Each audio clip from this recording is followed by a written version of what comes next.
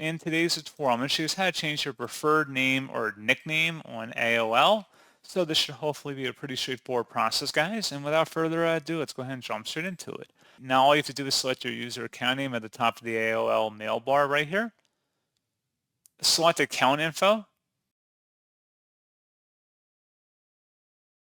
And then it'll open up a new tab.